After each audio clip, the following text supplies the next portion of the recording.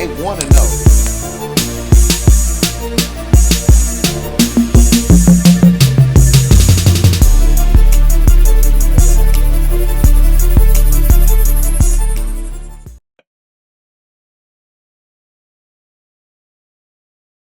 All right, cool. Thank you, brother. First of all, I want to say what's up to my Great Lakes Live podcast brothers. It's actually the live cast. Welcome to the War Room, where the expense is free. All you gotta do is pay attention to me. Now, what I'm gonna do, we're gonna go over sports next week, September 8th. Leaving Tailgate Sports and Grill. We're gonna do a live broadcast and watch the Browns get busy with the Dallas Cowboys with live. So y'all know you gotta come down and support them, man. Drink specials and everything. So what we're gonna go over is the Cleveland Browns. It's the hottest thing going. We always gonna touch on the Cavs. My show, I talk all sports, man. So it could be the Cavs, it could be the Guardians, it could be the Browns, it could be tennis, it could be whatever is the hottest thing, right? And these topics that we go over today are gonna be things like the WNBA, Caitlin Clark against Angel Reese, who's the rookie of the year. If you watched the game last night, then we know maybe who has the lead. We'll get into that later on, but we'll start off with that. Cleveland Browns game. It's nothing but potential when it comes to the Browns, but I'm gonna let y'all talk to me and tell me what y'all think. You know, the questions I ask, we'll get feedback during the live broadcast, and I kind of just go over it. But we'll give you a record, what I think the record gonna be. We might tease you a little bit. We might not give it to you right there. We'll tell you what the record will be. I'll give it Bam and I'll give it Rap, and we'll see what they think about that. It's a Cleveland thing, man. I've been all the way through the city. Y'all already know me from the War Room. You know what I'm saying? Y'all already done tuned in from here to Arizona. So I'm saying, I'm gonna give a shout out to all the people that's gonna support the show.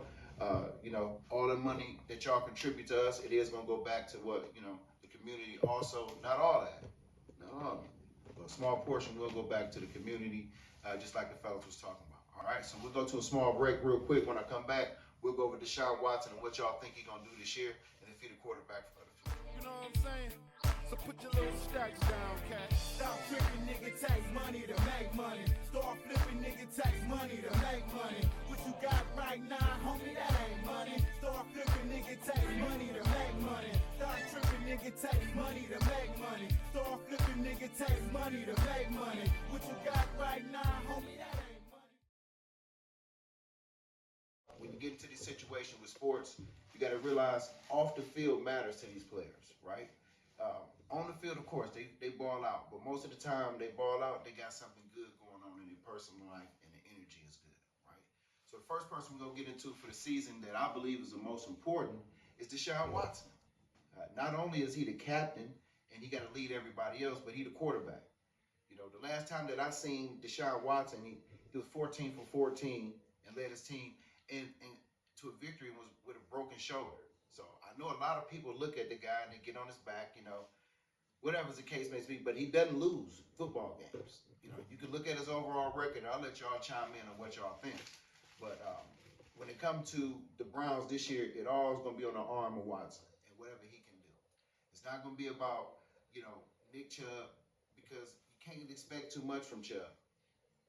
You know, a lot of people say, hey, you know, he's squatting this much, this many pounds, but I'm telling you, brothers and sisters, there's no way he's coming back this early, and that's why they put him on the Publix. I never doubt a man because I've seen him come back before, but I can't count on him right now because it's not fair to him, right? So I think the running backs are serviceable. I like Ford.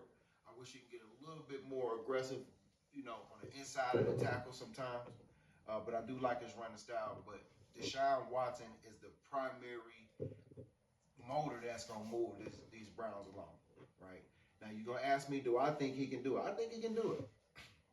I'll tell you right now, I think he can do it. There's a lot of people that say, he this, he's not this. He won a playoff game. I seen him in the playoffs, and I seen him perform at a high level.